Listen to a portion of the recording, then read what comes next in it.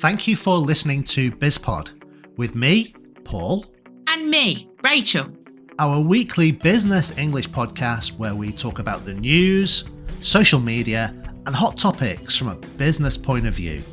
You'll get a podcast and links to the articles we discuss. This way you can share your thoughts too. Join us as we discuss what's on our minds this week.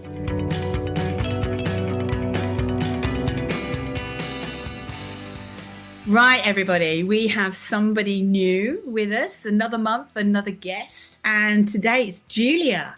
Julia, would you like to introduce yourself to all of our listeners? Ciao, I'm Giulia. I'm Italian, and today we are about to talk of something related to Italy. I teach Italian. I'm an Italian teacher, and I will say three things for which I'm usually not recognized as Italian. I love American coffee. I don't really like espresso. Okay. Sacrilege. Yeah, sacrilege. I think it's the right word. I don't follow any football match, so I don't know anything about calcio. Okay. So that's another Neither one. do we. We're rugby fans, really, aren't we? Rugby. Okay, that's easier for me because I know nothing about rugby as well, but at least I'm not supposed to. And I don't really eat a lot of pizza or pasta. What? You're not Italian? Diet. No way. No way. Every day I expect the police to stop at my home and say, give me back your ID card. You're not welcome here anymore. So you're not a big fan of pizza and pasta. What's your go-to lunch or your go-to dinner if it's not pizza and pasta? Oh, I love pizza and pasta, but I try to eat healthier with less carbs. Right. Okay. I do love pizza and pasta. It's just I try not to indulge. Okay. As my nature would. Yeah. If it were for me, I would eat pizza and pasta every day for every meal. But yeah, I agree with you, especially the pizza. I love pizza. Yeah. It was a big shock for us when we moved to Italy. I knew that Italians, obviously pasta, yes, but I did not seriously realize till we lived in our little tiny village that the old folks, they eat pasta every day, religiously. It's like, I mean, we live near two pasta factories as well. Everybody works there. So, but I was just like, no, this is a joke. This is an absolute joke. Yeah. Yeah. Oh no, I've got to tell the story about our neighbor. Okay, so the first year we moved to Italy, we got to know one of our neighbors quite well, and she would invite us over to her house for lunch. And obviously, there's always like antipasta, pasta, secondi. But every time we went there, it was basically the same. It was like, a few bits of salami, maybe, then pasta, then maybe a little bit of chicken and some salad. And now, because we're from England, special holidays like Christmas, for example, they're like, for Christmas, when you're celebrating Christmas Day, it's kind of like different to every other day of the year. The big turkey, the big, blah, blah, blah, etc. So we were talking to our neighbor this first year and we said, wow, so it's Christmas. What are you going to have for your Christmas lunch? And she said, pasta. And we went, but hang on, Domenica, you have pasta every day. It's Christmas. And she said, it's a special shape of pasta. Yeah. I mean, you haven't finished that story though. We cooked Chinese that year. And she was like, mi fa schifo, it's disgusting. He actually came over on Christmas Day, knowing we were cooking Chinese, saying, here, I've cooked some pasta for you. Yeah. And we were like, wow. She came over with very the works. Italian. Yeah. Terrible. Anyway, this is about Julia, not about us. Yeah, that's true. You're consuming Julia's airtime. It was one of the topics I wanted to cover about things I wish I knew before. Okay. Because most of my students are impressed about the quantity of pasta Yeah. and the daily basis diet based on pasta or pizza or both, possibly in one day. Carbs. Yeah. Pasta for lunch and pizza for dinner. Yeah. I haven't studied it yet, but their theory is that we have a different metabolism. So You we could don't have. end around like pizzas. You are a high despite our energy diet. people, aren't you? You do use a lot of energy in your communication. That could be one point. Yeah. All this drama requires a lot of calories. So Okay, yeah, maybe. So have you asked some of your students? I mean, have you asked them, apart from the pizza and pasta, what other things do they say? Yeah. Other things. Well, I tried to put them in pros and cons. So we are very welcoming and warm, especially in southern Italy. And I'm from the north, but when I go to northern countries, I feel like I'm in the south of the world. So I feel over expansive, over extrovert. It's a strange feeling.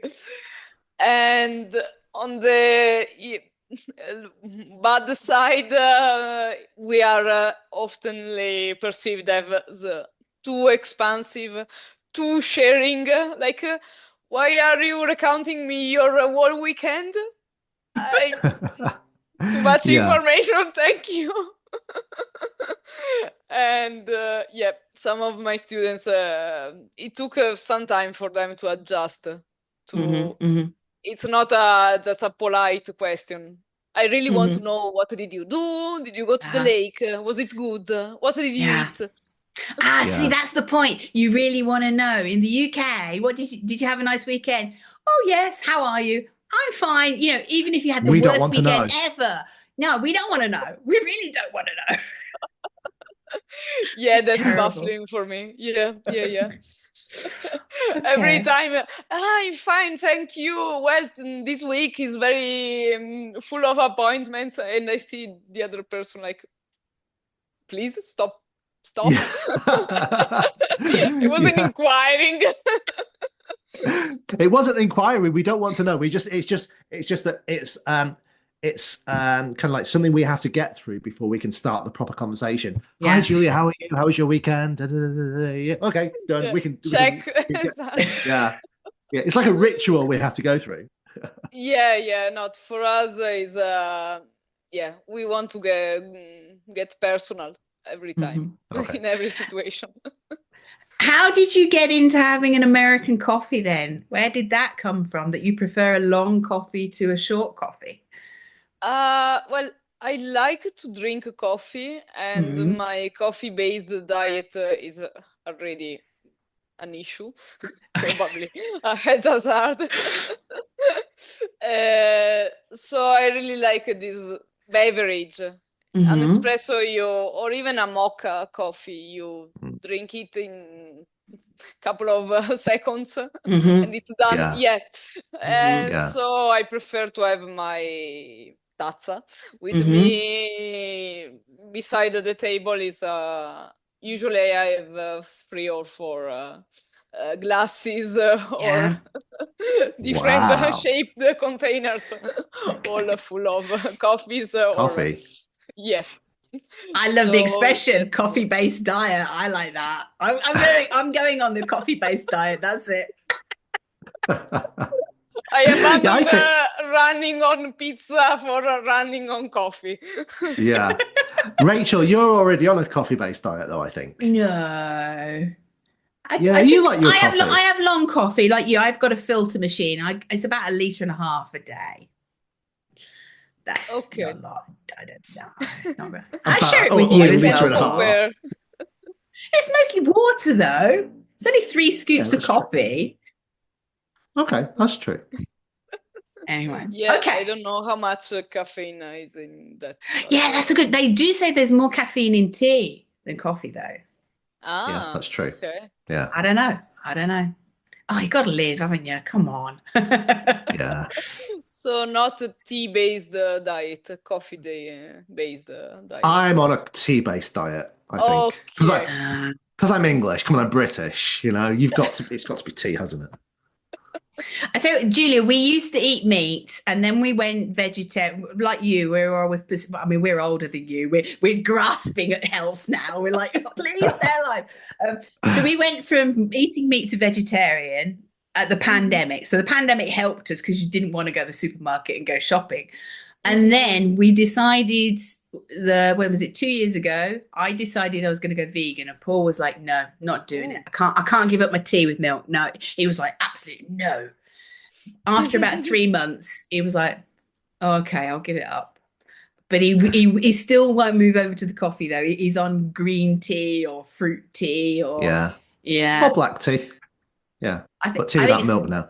Yeah, but we haven't really gone 100% vegan though. We tried being vegans and we realized we didn't like being a vegan.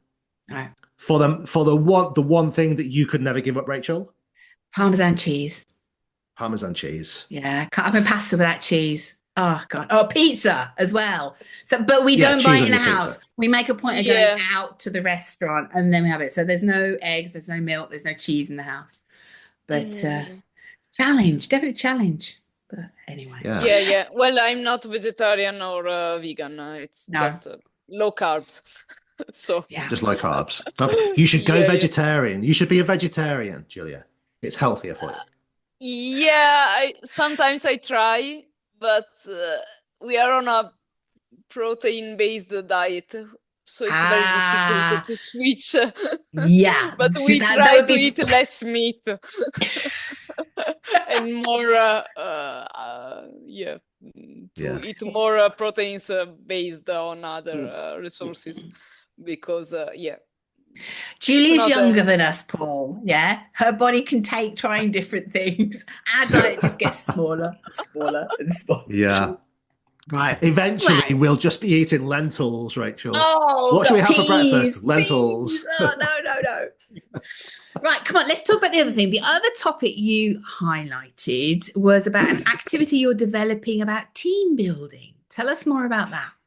Yeah, I had this bunch of students who were traveling long hours to reach the team building destination, and like getting up at 3 in the morning, catching the train because I don't want to sleep there. Company is not going to pay me for one night off, etc.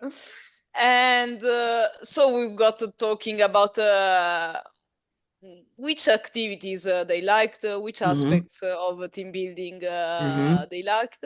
So I developed this activity, and I didn't expect it, but the warm-up activity at the beginning, the warm-up exercise, is about feelings and goals and activities you associate with team building. And the part about feelings and sensations was really, really a discovery because it ranged from, while it was fun, lively, etc., to fatiguing, stressful. Okay. Oh my gosh, so far extremes. Boring. I got all I had to sign a non-disclosure agreement after that and told them I want to report this to HR. I promise. So was this activity a language-based activity as well, though? Was it purely team building or was it learning Italian as well? It was an Italian talking about team building for advanced students. Here's a question. Right, okay. Were those students of different nationalities or were they all of one nationality? One nationality and one company in this case. Were they British? No, Spanish. Because I was wondering if there had been a mix of nationalities, I wonder whether it would have been the Brits who were saying it was boring and the, I don't know, Germans who were saying it was very exciting. I don't know. No, same nationality. Okay. And yeah, similar experiences. But yeah, let's say, without going into details, some of the experiences they had, I wouldn't have called them team building moments. Oh, why? What Or then? What were they doing? or Can you share? well, more about learning something, or yeah, upskilling.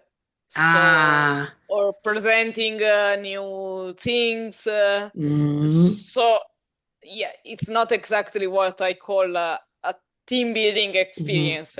It's maybe it's a corporate meeting, a town hall, but not a team building No, experience.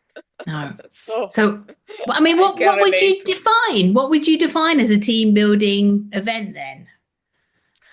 Yeah, that was my exercise number 2 in Ah. my lesson. Explain to your grandma what's a team building experience. You're telling your grandma, tomorrow I travel to Madrid for a team building event, and your grandma says, "What are you talking about, son?" And so they said occasions in which you do something very different from your day-to-day job, and you share it with colleagues, and you do something based on cooperation, some Yes. kind of activity in which you build relationship with and trust with your colleagues. So yeah, fairly to the point, at least in my for my knowledge. In the UK, well, I think going back maybe 20 years ago in the UK, there were lots of businesses were very interested in team building, and they would do things like I don't know, like one company I worked for, we went whitewater rafting, for example, and so you have to in the raft you have to work as a team to get down the river and things like that. Other companies would do things like climbing and things like that, but climbing in pairs where you have to rely on somebody and learn to trust somebody. Do you think those kinds of activities actually work though? Do they help to build the team? Because I'm not sure they do. Yeah, I read this very interesting article from HBR, so nothing mine in what I'm going to tell. This person worked for Mars, and they really, really digged into the team building thing, etc. And one point they raised is that it builds trust and a good relationship at the moment, but then you go back to your daily work and it fades very quickly. All that you have built in that moment. So maybe you share a lot really experiences which forge you, etc. But then you have reports and calls and deadlines, and it's not really about trusting someone not to let you fall down off a cliff. Yeah, that's true. So what they did, which was very interesting, is was well, they made a lot of surveys, and they they thought about team building activities with clear goals, clear achievements, because everyone told them that they really liked the achieving part. I'm good at my job, so I want to perform better, etc. So projects about really based on cooperation, but not just about building the emotional part, the relationship part. building trust in working together and performing together. It's an oversimplification of a really deep and complex article, but yeah, that's what my intake, let's say. You seriously did some research in preparing for that lesson? Yeah. I read another one, interesting one on The Guardian, which made me depart for another train of thoughts. Okay. Because if we still have time, they suggested some activities you can do in the office, like not going rafting and organizing a night out for everyone, like chain of words or either or questions or what if personal questions. And I was like, okay, these are really classic icebreakers we use at lesson. So my next quest is to go deep and ask my colleagues, could it be a goal constructing, building team building experiences in our groups?